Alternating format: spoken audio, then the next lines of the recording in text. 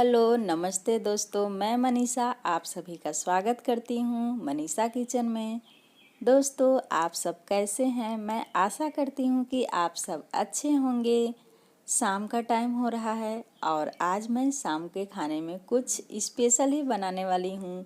तो प्लीज़ आज का वीडियो आप लोगों के लिए बहुत ही खास है, तो ये वीडियो आप लोग शुरू से आखिरी तक ज़रूर देखिएगा। दोस्तों आज मैं बहुत ही स्पेशल रेसिपी बनाने वाली हूँ। इस रेसिपी को बनाने के लिए यहाँ पर मैं ली हूँ जीरा और इसके साथ ली हूँ हरा मिर्च, लहसुन और अदरक। चलिए इसे सिलबट्टे पे रख कर अच्छे से रगड़ कर पीस लेते हैं। और यहाँ पर हमारी मम्मी ली हैं बेसन, इसे एक बड़ी सी थाली में निकालती हैं। अब चलिए सभी सामान को हम इकट्ठा कर लिए हैं। चूल्हे में जलाते हैं आग। आग हमारा अच्छे से पकड़ लिया है। देखिए यहाँ पर हम सामान में लिए हैं ये जो पेस्ट मैं पीसी थी सिलबट्टे पे, और ये है बेसन। इसके साथ हम लिए हैं नमक। तो ये बेसन में मम्मी डालती हैं स्वाद के अनुसार नमक। नमक को डालने के बाद इसमें अभी डालेंगी कुछ मसाले। ये देखिए अब इसमें डालती हैं हल्दी पाउडर। हल्दी को डालने के बाद अभी इसमें कुछ और मसाले डालेंगी। दोस्तों मम्मी खाना बहुत ही अच्छा बनाती हैं, इनके हाथ का खाना बहुत ही टेस्टी लगता है। और इसमें देखिए जो हम सिलबट्टे पे मसाले पीसे थे उसमें था हींग, जीरा, अदरक, लहसुन और हरा मिर्ची। इन सभी को हम अच्छे से पीसकर पेस्ट बनाए हुए हैं। तो इसे भी डालकर इसे अच्छे से मिलाती हैं।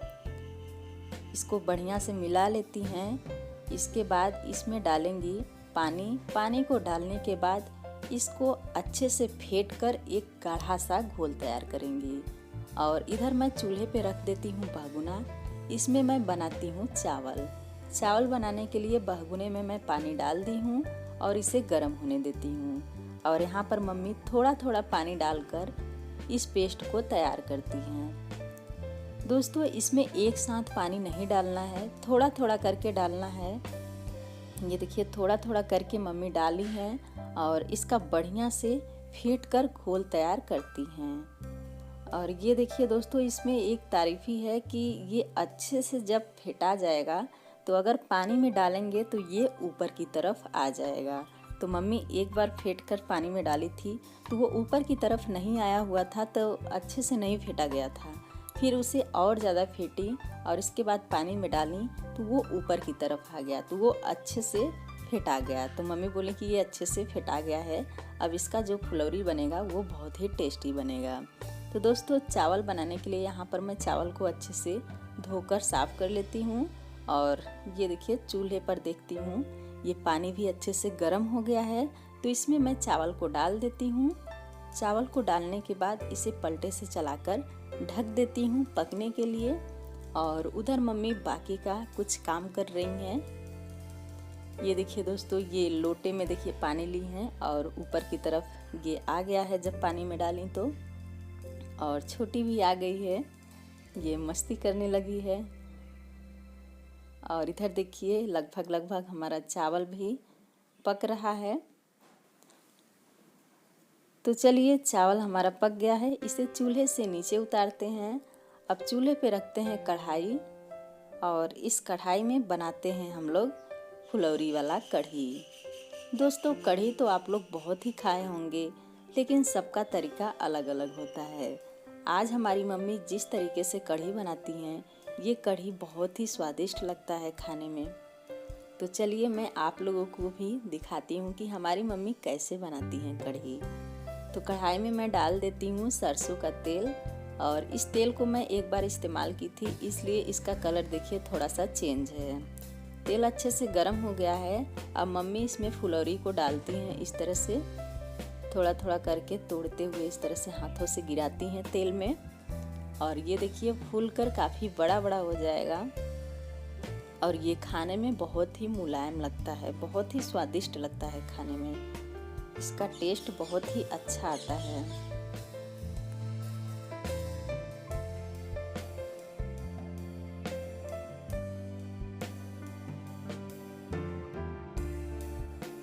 दोस्तों इस तरह से एक एक करके मम्मी फुलौरी को तेल में डालकर फ्राई करती हैं और ये देखिए सभी डाल दी हैं।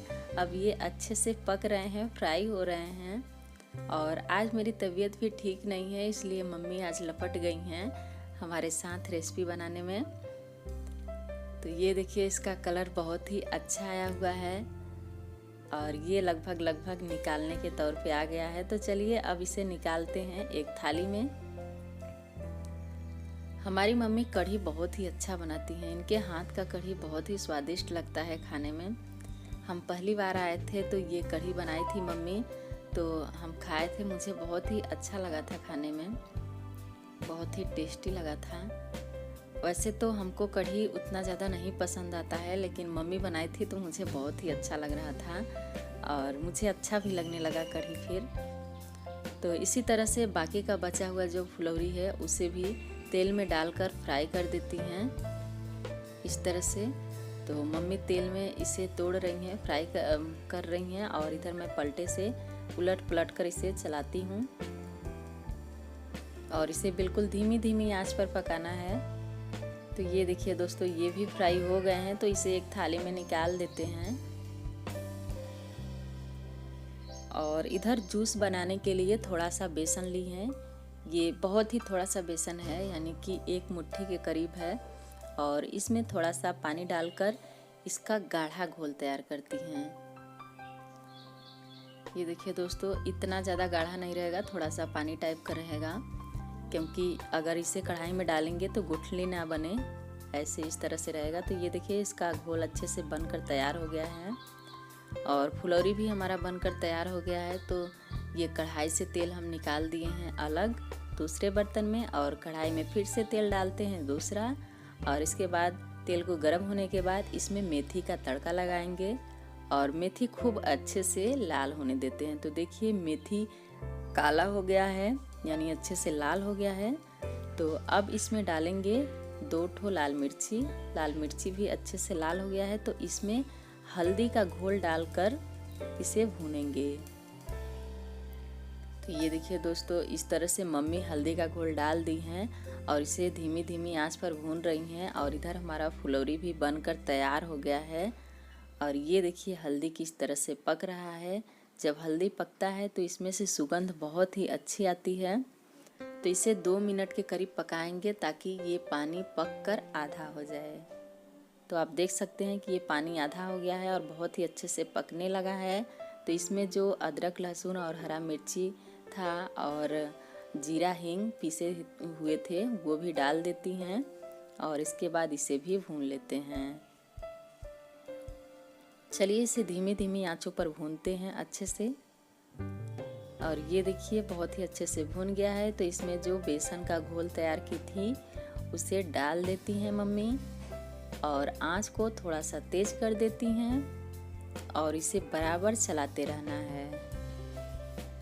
तो ये देखिए दोस्तों इसे चलाते हुए बराबर इसे पकाना है और ये बहुत ही टेस्टी लगता है ये खाने में। ये हमारे गांव देहात का देसी खाना है, ये बहुत ही अच्छा लगता है खाने में। जब कुछ नहीं रहता है तो लोग कढ़ी बनाते हैं कभी कभी, और कढ़ी तो शादी विवाह में भी बनाया जाता है। तो अब मम्मी इसमें डालती हैं स्वाद के अनुसार नमक और इसे पकने देती हैं। और दोस्तों इसे बराबर चलाते रहना है, नहीं तो ये तली में चिपकने लगता है। बहुत ही जल्द ये गाढ़ा होकर तली में चिपकता है, इसलिए इसे बराबर चलाते रहना है। तो अभी ये फूल कर ऊपर की तरफ आएगा। तो देखिए दोस्तों ये फूल कर ऊपर की तरफ आ रहा है उबाल जैसा। तो मम्मी बता रही हैं कि अब ये पक रहा है अच्छे से। अभी ये जब बैठ कर पकेगा, ये उबाल जो ऊपर की तरफ आ रहा है ये जब नीचे बैठेगा तो समझिए कि अच्छे से ये पक गया है। तो अभी ये बैठना नहीं शुरू हुआ है, अभी ये पक रहा है ऊपर की तरफ ही उठकर। तो इसे अगर चलाएंगे नहीं तो ये बह जाएगा, इसलिए इसे बराबर चलाते रहना है। तो अब मम्मी इसमें डाल देती हैं ये फुलौरी। इस तरह से सभी जगह फुलौरी डाल देती हैं। फुलौरी को डालने के बाद इसे पलटे से अच्छे से चलाएंगे। इससे क्या होगा कि फुलौरी भी नरम हो जाएगा और ये जूस भी सोख लेगा अपने अंदर। तो देखिए अब ये धीरे धीरे नीचे की तरफ बैठना शुरू हुआ है और ये कढ़ी हमारी बहुत ही अच्छी बनने वाली है। और हमारी मम्मी बहुत ही अच्छा बनाती हैं कढ़ी, मुझे बहुत ही पसंद आता है। आप लोग बताइए कि आप लोग कैसे कढ़ी बनाते हैं, कैसे खाते हैं, मुझे कमेंट में आप लोग बताइएगा ज़रूर। तो अब यह बैठकर नीचे धीरे धीरे पक रहा है और आंच को भी थोड़ा सा धीमा किए हुए हैं। और ये देखिए अब लगभग ये कढ़ी हमारी बनकर तैयार हो रही है। अभी इसमें थोड़ा कसर बाकी है, तो 2 से 3 मिनट तक इसे और पकाएंगे धीमी धीमी आंचों पर। ये देखिए दोस्तों अब ये लगभग बनकर तैयार हो गया है कढ़ी बिल्कुल अच्छे से। ये देखिए इसमें फुलौरी बहुत ही अच्छे हो गए हैं, नरम हो गए हैं और इसमें जो जूस है वो फुलौरी अच्छे से सोख लिया है। तो चलिए अब कढ़ाई को उतारते हैं चूल्हे से नीचे और इसे परोसना शुरू करते हैं। दोस्तों ये चावल के साथ खाने में बहुत ही टेस्टी लगता है। तो यहाँ पर हम लिए हैं चावल और इसके साथ सलाद भी लिए हैं और फुलौरी भी लिए हैं। चलिए अब कढ़ी को सर्व करते हैं। दोस्तों आप लोग बताइए कि आज का वीडियो आप लोगों को कैसा लगा। वीडियो अच्छा लगे तो वीडियो को लाइक कर दीजिए और हमारे चैनल को सब्सक्राइब कर दीजिए। अब मैं फिर मिलूँगी एक नए वीडियो के साथ, तब तक के लिए बाय बाय।